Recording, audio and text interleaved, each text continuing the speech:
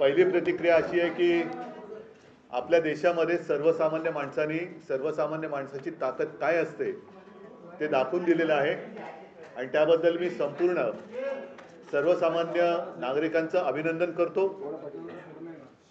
सत्ताधारी किती मस्तवाल झाले तरी एका बोटाने आपण त्यांना हरवू शकतो, त्यांचा उधळलेला वारू रोखू शकतो।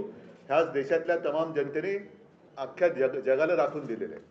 त्याच्याबद्दल मला नक्कीच अभिमान आहे आणि आनंद आहे। इंडिया अलायन्सची उद्या दिल्लीमध्ये बैठक होते आहे, तुम्ही स्वतः उपस्थित राहणार आहात का आणि काय निर्णय घेण्यात येईल? आता काय बैठकीच्या आधी निर्णय कसं सांगू?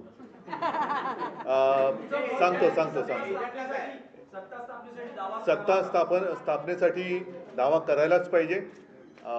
इंडिया आघाडीच्या बैठकीसाठी मी उद्या दुपारनंतर जाईन, कारण बाहेरगावी जिंकलेले जे आमचे खासदार आहेत ते उद्या येतील। आज मुंबईतले खासदार मला भेटले, उद्या बाहेरगावचे खासदार येतील। सर्वात आधी संजय राऊतजी तिकडे जातील, त्यांच्याबरोबर आपले मुंबईतले खासदार अनिल देसाई, अरविंद हेही असतील आणि दुपारनंतर संध्याकाळच्या वेळेला मी दिल्लीमध्ये पोहोचेन। एक पुरी करतो बात।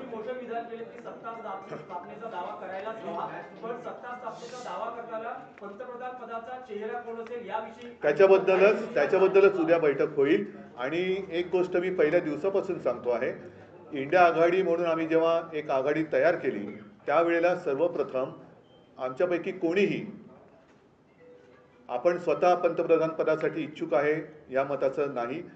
देशातली लोकशाही वाचवली पाहिजे, देशातलं संविधान वाचवलं पाहिजे आणि हुकुमशाहीपासून देशाला वाचवलं पाहिजे, ही एक आमची पहिली एकत्र येण्यामागची भावना होती। तीच भावना आजही कायम आहे। उद्या सर्वांच्या मताने इंडिया आघाडीचा नेता ठरवला जाईल पंतप्रधान पदासाठी आणि आम्ही सर्व सोबत असू। एक पुरा करून असं दाखवलं जात आहे, परंतु अजूनही काही ठिकाणी जसं बिहार आहे, बिहारमध्ये मतमोजणी उशिरा सुरू झाली, तिचे निकाल अजून पूर्ण बाहेर यायचे आहेत। आणखीनही काही ठिकाणी छोटे जे घटक पक्ष आहेत त्यांना संपर्क सुरू आहे। एकूणच काय की ह्या जुलूम जबरदस्तीला सगळे जे कंटाळलेले आणि चिडलेले पक्ष आहेत, अपक्ष आहेत, हे इंडिया आघाडीमध्ये एकवटतील आणि हे पुन्हा एकदा जुलूम जबरदस्तीचं सरकार येऊ देणार नाहीत याची खात्री घेतील।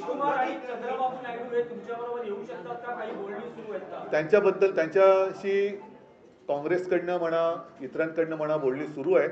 परत एकदा सांगतो की चंद्रबाबू नायडूंना सुद्धा भाजप सरकारने काही कमी त्रास दिला नव्हता, नितीशना सुद्धा काही कमी त्रास दिला नाही, तर पुन्हा त्रास हवा का हा एक प्रश्न आहे। आणि मला खात्री आहे की एकदा हे गेलेलं सरकार उंबरठ्यावरती आहे, ते उंबरठ्यावरनं बाहेर काढण्यासाठी सगळे जे यांच्या जुलूम जबरदस्तीला चिडलेले आणि कंटाळलेले लोक आहेत ते इंडिया आघाडीत येतील। एक पुरा करतो, पुरा देतो आपको उत्तर देतो।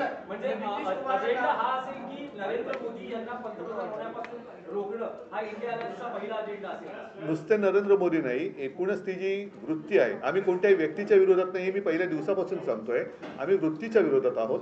वृत्तीच्या विरोधात म्हटल्यानंतर हुकुमशाहीची वृत्ती, ही वृत्ती या देशामध्ये चालू द्यायची नाही, हे आम्ही सगळ्यांनी ठरवलेलं आहे, सगळ्या देशभक्तांनी ते ठरवलेलं आहे।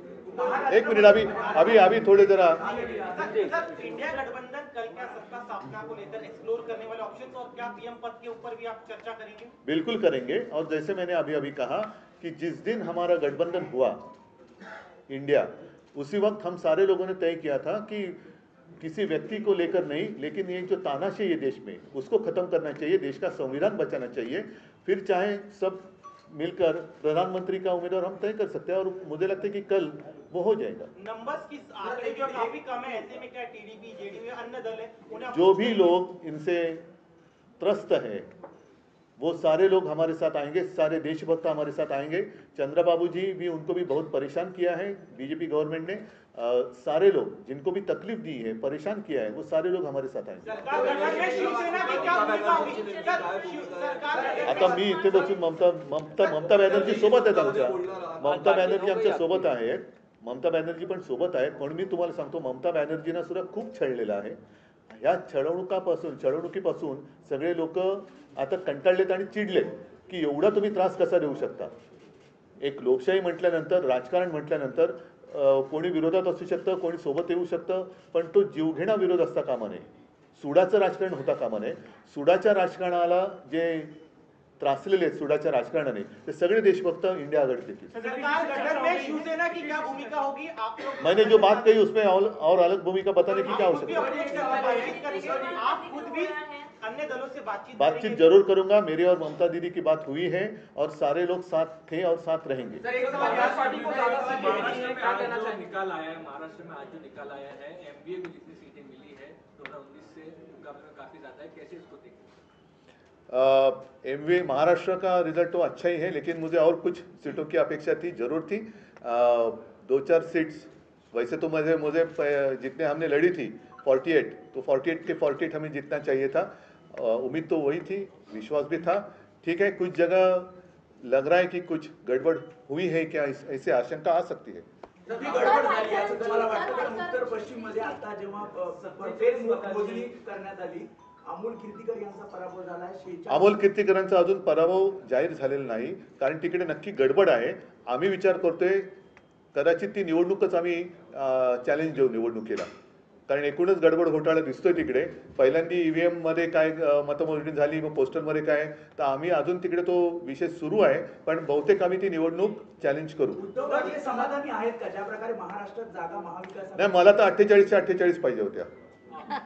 मला तर 48च्या 48 पाहिजे होत्या. काही ठिकाणी ठाणे असेल किंवा कोकण असेल, ठाणे आणि कोकण, मला नाही वाटत कोकण हा शिवसेनेपासून माझ्यापासून कोणी तोडू शकतो. त्याच्यामुळे कोकणचा पराभव हा अनाकल्य आहे आणि नक्कीच क्लेशकारक आहे.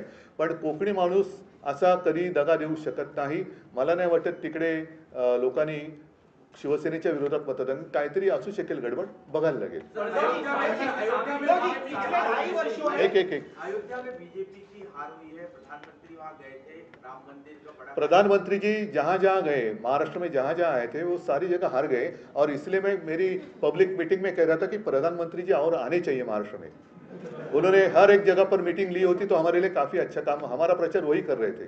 उद्धवजी, सांगलीमध्ये काँग्रेसने आपल्या उमेदवारासाठी काम केलं नाही असं दिसतंय. विशाल पाटील यांचा विजय झालेला आहे, तर सांगलीच्या बाबतीत तुमचं काय मत आहे? सांगलीच्या बाबतीमध्ये उघड उघड दिसतंय आघाडीचा धर्म पाळला गेला की नाही पाळला गेला बघतोय, आणि त्यानुसार आमची पुढची पावले ठरतील. महाविकास आघाडी स्वागत केलं जाईल विशाल पाटील जर नाही, बघू ना आता काय होते त्याच्यावरती. उद्धव जी, पिछले 2.5 वर्षों में जब से आपकी पार्टी तोड़ी गई या नाम छीना गया, पार्टी का चुनाव छीने चले, तब से लेके अब तक का जो यात्रा कैसी रही? क्योंकि इस तरह की जीत की अपेक्षा जो है बीजेपी की तरफ से कहा जाता है ये संभव नहीं है, लेकिन वो करके दिखाया आपने. मैं तो जितने सारे लोगों ने मुझ पर विश्वास दिखाया उन सारे लोगों का दिल से धन्यवाद उनको देता हूं. और मैं तो कहता हूं कि अब तो लड़ाई की शुरुआत हुई है. आपने जैसे कहा कि पार्टी तोड़ी गई, छीनी गई, मेरा पार्टी सिंबल छीना गया. यहाँ तक कभी कहा जाता था कि मोदी जी का फोटो लगाकर हमने इलेक्शन जीती थी, उनको भी मतलब मोदी जी को मेरे पिताजी का फोटो लगाकर इलेक्शन लड़ना पड़ा. और तो आप देखो सारी बातें छीनने के बाद भी मैं तो खड़ा रहा. मेरा ऑपरेशन हुआ, सब कुछ हुआ, लेकिन मैं खड़ा रहा. इन लोगों ने मेरी आलोचना की, गाली गलौज की. मैंने कहा नहीं कि मैं तो रोज 5 किलो गालियां खाता हूँ जी वगैरह, कुछ कहा नहीं. ना ही मैंने कहा कि मैं परमात्मा का अवतार हूँ. मैं तो हूँ कॉमन मैन हूँ, बाला साहब का और माँ का बेटा हूँ. और मैं तो लड़ा. जितने सारे लोग मेरे साथ खड़े रहे उन सारे लोगों को धन्यवाद देता हूँ. और उन्हीं का आशीर्वाद मेरी शक्ति है, उनका ही आशीर्वाद मेरी शक्ति है, और इस शक्ति को मैं कभी धोखा नहीं दूंगा. सर धनुष्य बाण आपके साथ नहीं था? नहीं, सारी बातें उन्होंने छीनी थी, नहीं, लेकिन और क्या बाकी रखा था? एक सवाल ये है कि क्या अब मशाल के साथ ही आगे की राह ये करना है? देखो, मशाल ने आग तो लगा दी है, मशाल ने आग तो लगा दी है. और 19 में जितनी सीटें, अब तो महायुति हो गई, लेकिन उस वक्त जो युति थी कितनी सीटें थी? 41, 42. अब कितनी हो गई? तो ये तो अभी असली नकली का पता चलेगा. और मुझे तो नकली संतान कहते हैं, वो खुद को अपनी माँ को भी मानने के लिए तैयार नहीं. अब तो कहते हैं कि परमात्मा ने भेजा है. मतलब नकली संतान है कौन? नाही, उद्धवजी, तुमच्या नेत्यांची जशी अन्य पक्षाच्या नेत्यांची बोलणी सुरू आहे, तशीच भाजप आणि मोदींकडूनही चंद्रबाबू नायडू आणि असतील ना, अन्य असतील, नेत्यांची जरूर बोलणी करावी त्यांनी, प्रयत्न करतायत. जरूर करावी त्यांनी. पण माझा प्रश्न हाच आहे की पुन्हा बोलणी कशासाठी करताय? पुन्हा छळायला? म्हणजे आम्ही सुद्धा त्यांच्यासोबत होतो तरी सुद्धा त्यांनी आमच्या लोकांच्या मागे ईडी, इन्कम टॅक्स, सीबीआय आमच्याकडनं गद्दार फोडून घेतले, त्यांना उमेदवारी दिली, त्यांच्या प्रचारासाठी मोदी स्वतः आले. आता पुन्हा तोच सगळा प्रकार, त्याचाच तोच अनुभव चंद्रबाबू पुन्हा घेतील असं तुम्हाला म्हणायचं का? ज्यांच्यावरती धाडी टाकल्या, ज्यांच्यावरती दंडेलशाही वापरली, त्यांनी यंत्रणांचा दुरुपयोग केला, तो दुरुपयोग पुन्हा होण्यासाठी मोदींना पाठिंबा देणार का चंद्रबाबू? हा प्रश्न आहे. ट्विट केलेलं आहे, तिसऱ्यांदा मोदी पंतप्रधान आता होणार आहे, जनतेचं धन्यवाद वगैरे त्यांनी व्यक्त केले. आता जर का सामान्य माणूस असतंय मोदीजी, तर आपण असं म्हटलं की देव त्यांचं भलं करू, पण ते स्वतः देव म्हटलं तर कोण त्यांचं भलं करू मला काय बोलता येत नाही. चला. यांनी सम्राट चौधरी म्हणजे भाजप